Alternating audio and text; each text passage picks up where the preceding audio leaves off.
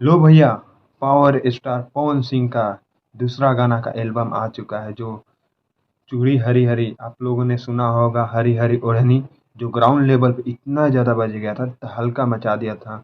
और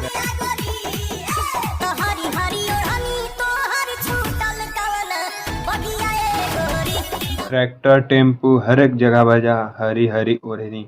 इसी तरह और आने वाला है चूड़ी हरी हरी, जो इस गाने के बारे में हम बात करते हैं कब रिलीज होगा। इसका ट्रेलर भी आ चुका है।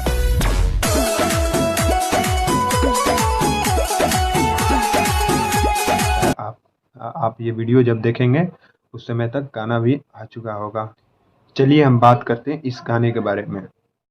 इस गाने का मॉडल रह चुके हैं आस्था सिंह जी। और अब मैं दोस्तों बता दूं ये गाना किस चैनल पर आएगा। पवन सिंह के साले विक्की सिंह, जो उनके नए चैनल खुला हुआ है अपने धर्म पत्नी के नाम पर खुले हुए आस्था फिल्म्स, वही गाना आएगा 4 तारीख को और सुबह 6 बजे आएगा गाना।